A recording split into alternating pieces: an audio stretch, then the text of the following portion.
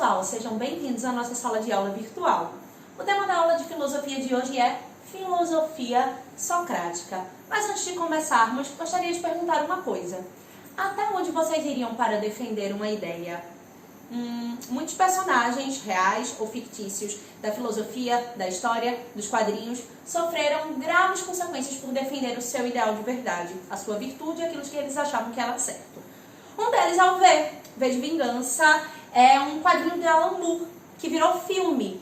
E uma das falas mais famosas do V, o personagem, o vilão, o mocinho, o herói desse quadrinho, é a seguinte: penso que nos lembremos da ideia e não de um homem. Um homem pode ser preso, pode ser pego e pode ser morto, mas 2000 anos depois, uma ideia ainda pode mudar o mundo. Uma ideia pode mudar o mundo. Por que nós, agora, no ano de 2020, vamos estudar sobre um homem cujo nome completo, cuja procedência da existência, não sabemos se realmente é verdadeira? Bem, vamos tentar resolver isso na aula de hoje. Antes de tudo, dois personagens nessa tirinha de quadrinhos estão aqui descritos. Um é Deus e o outro é Sócrates. Deus e Sócrates estariam travando o seguinte diálogo. Então, Sócrates, você é um filósofo, certo? E Sócrates, desconfiado, responderia: certo. Que ótimo, pois eu sou Deus e possuo várias respostas para suas perguntas. Sócrates, por sua vez, teria dito: que bom, pois eu possuo várias perguntas para suas respostas. Sócrates foi um filósofo que levou à máxima potência a ideia de questionar, transformando os questionamentos num método que convencionamos chamar de dialética. Mas quem foi esse filósofo tão polêmico, cujas respostas teriam desafiado o próprio Deus, ou os próprios deuses da época? Bem, Sócrates viveu num contexto histórico de advento da cidadania ateniense, uma importante polis grega. Nesse período, ocorriam grandes mudanças na educação, com a valorização da persuasão e da retórica. No século de Péricles, ou seja, o século V, de apogeu cultural da polis ateniense, existiam impostos pagos que eram diferidos para essa cidade, impostos pagos pelas cidades da Liga de Delos. Isso permitiu que a cidade vivesse um período de efervescência, com a reconstrução de grandes templos, como a Acrópole, templo em homenagem à deusa Palas Atenas, e a utilização do tesouro da Liga de Delos para a urbanização local. Nesse período de grande desenvolvimento da infraestrutura ateniense, grandes áreas como a Ágora também viviam um processo de efervescência.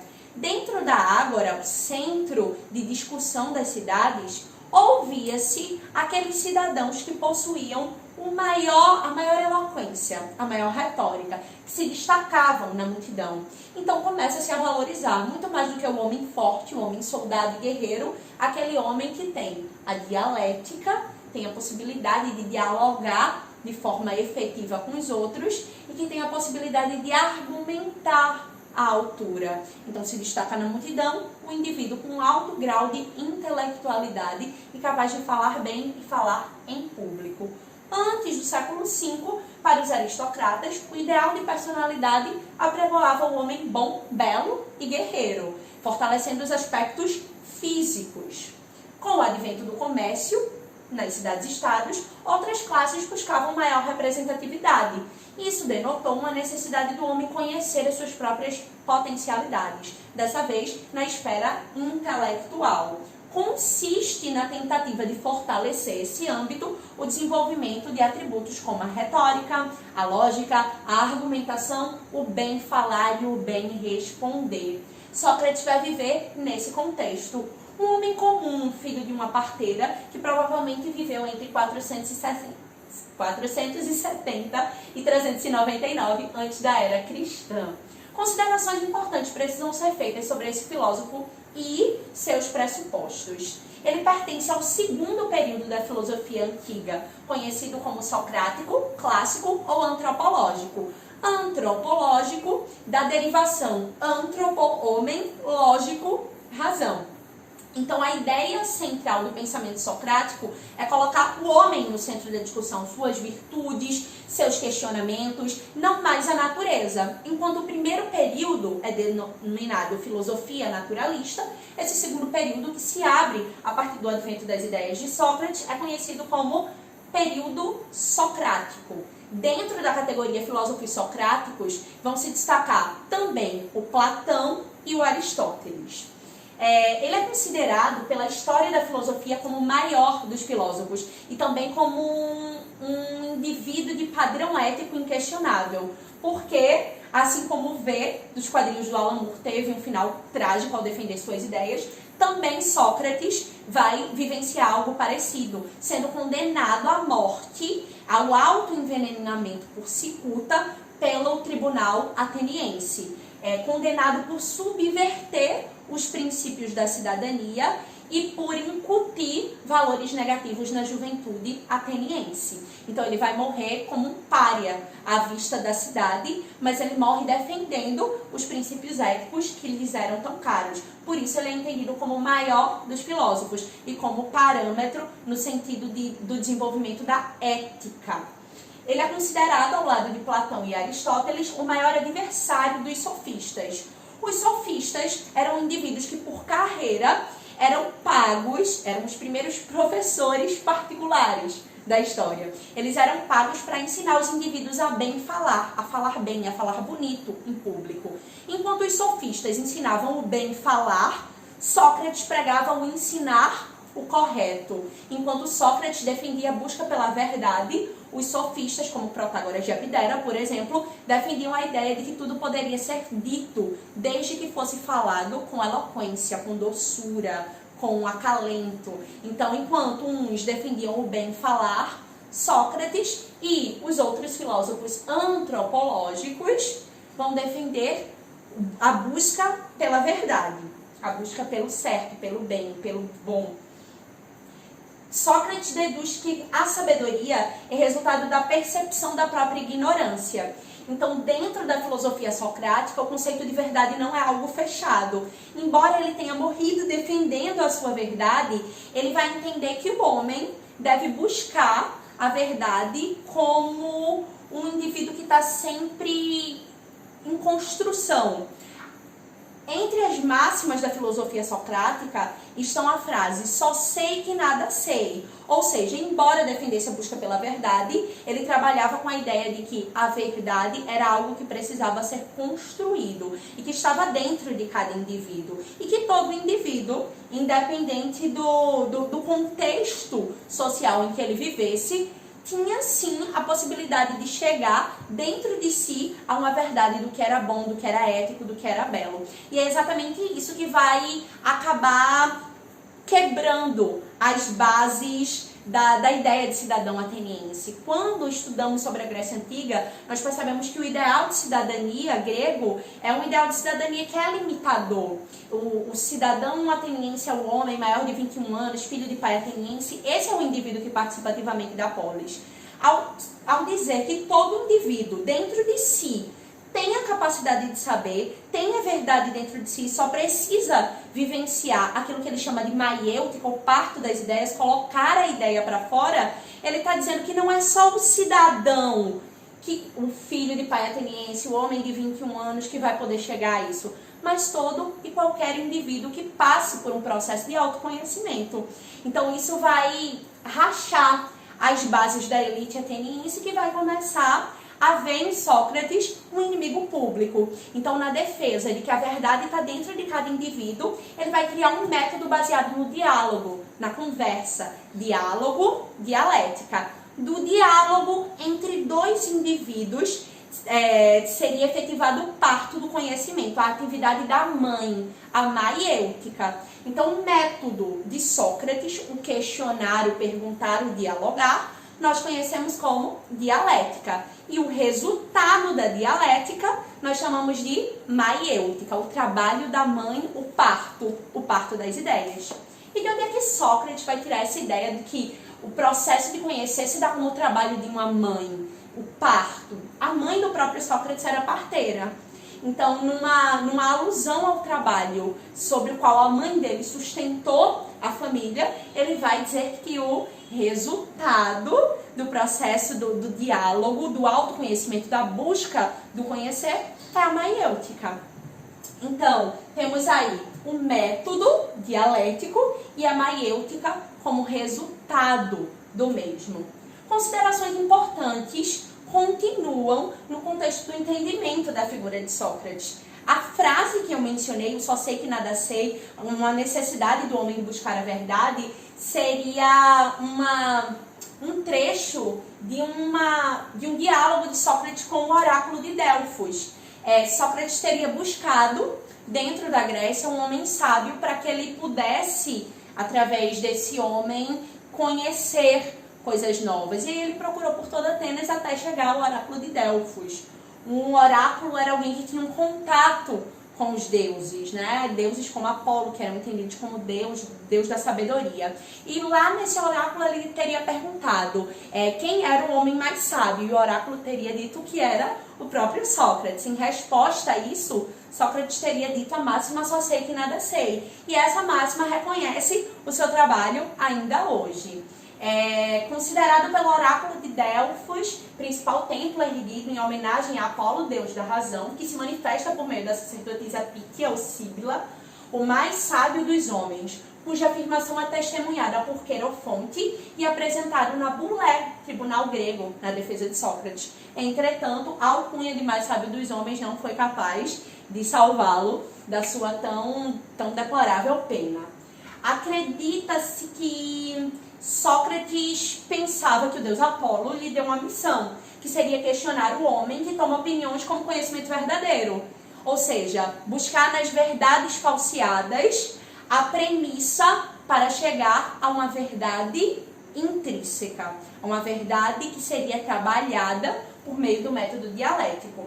Sócrates não deixou nenhum escrito, necessariamente porque o método dele se baseava no diálogo, se baseava na conversa, partia do entendimento que o indivíduo já tinha dentro de si aquilo que era necessário para chegar até o conhecimento. Então, boa parte do que nós conhecemos sobre Sócrates hoje vem de diversos escritos, e principalmente dos escritos daquele que foi o seu pupilo, o filósofo Platão. Toda a sua filosofia foi concebida através de diálogos, da oralidade. E é por isso que dentro da narrativa platônica vão ser reproduzidos esses diálogos com o objetivo de fazer com que, tanto tempo depois da sua morte, a figura dele ainda seja lembrada. O fato dele não ter deixado nenhum escrito faz com que, ao longo da história, muitos historiadores, filósofos, pensadores e etc. discordem da existência dele. Tudo que sabemos sobre a vida e o pensamento dele, pois ele não deixou nenhum escrito, é proveniente de comentários de filósofos que o seguiram ou criticaram suas ideias ou só estudaram suas ações, dos historiadores e outros escritores da época.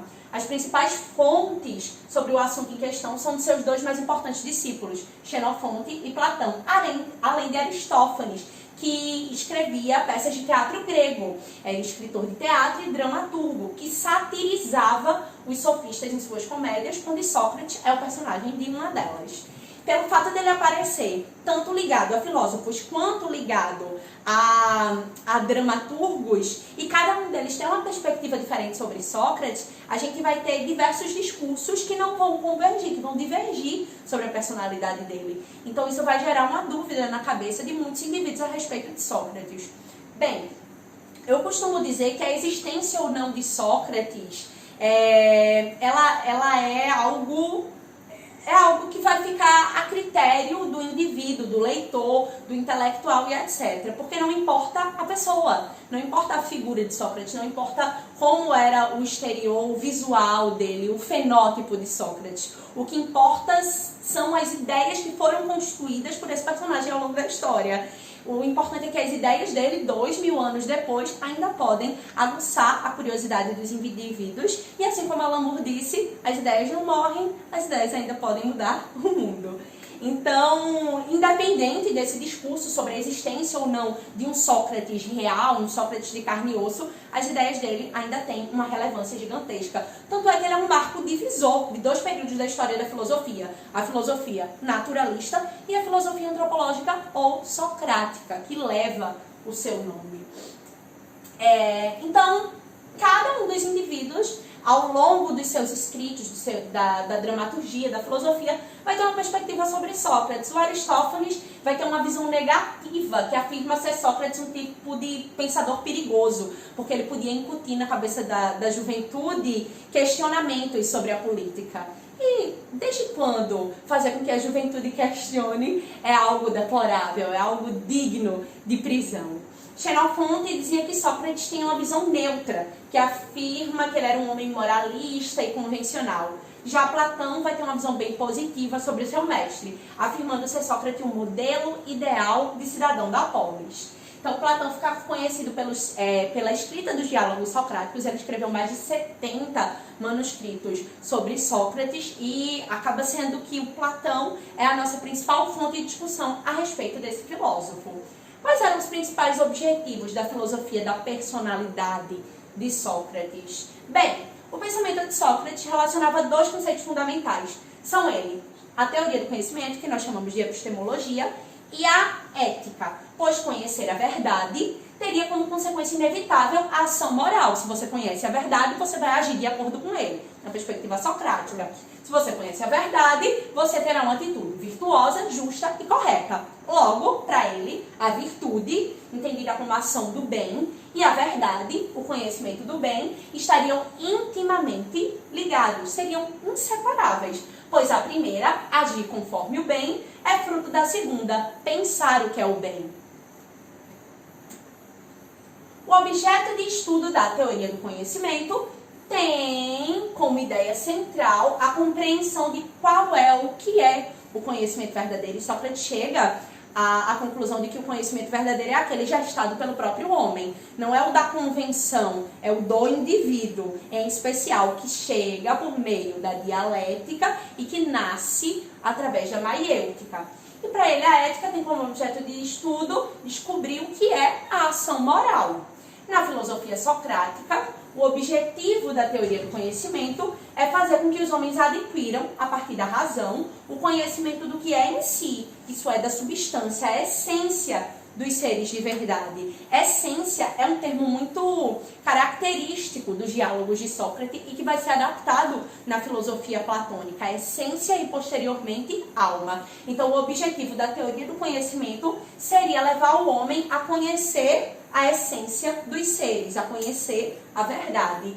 E, na perspectiva de Sócrates, ética é fazer com que os homens busquem a prática das ações corretas ou justas nas relações privadas, ou seja, pessoais, e públicas, ou seja, políticas, com os membros da polis. Assim, para Sócrates, a ação ética do autoconhecimento não deveria ser cobrada, não deveria ser monetarizada. Porque se dentro do indivíduo já existe a essência, cabe ao filósofo apenas aguçá-lo no processo de descobrimento. Essa é a principal crítica de Sócrates aos sofistas. Os sofistas cobram para fazer com que o indivíduo chegue a esse conhecimento, um conhecimento que já lhes pertence na perspectiva socrática.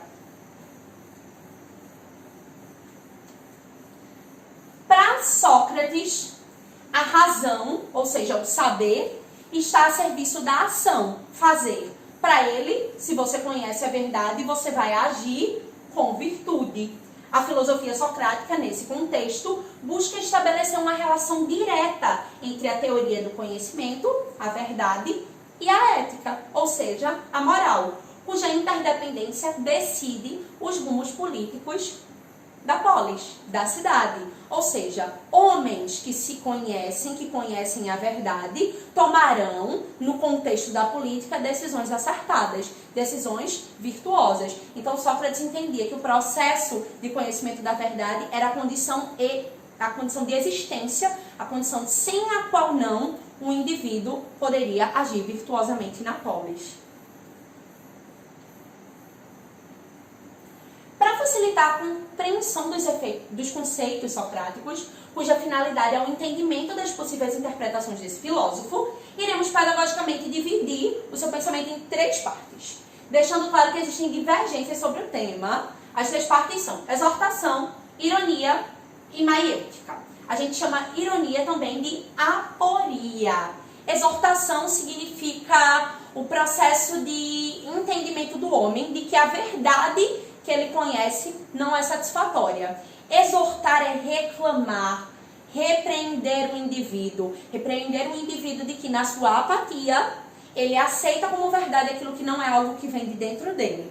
Então essa exortação seria a atividade do filósofo de chegar e mostrar ao indivíduo de que os conceitos que ele entende como reais não são desenvolvidos pela sua própria consciência.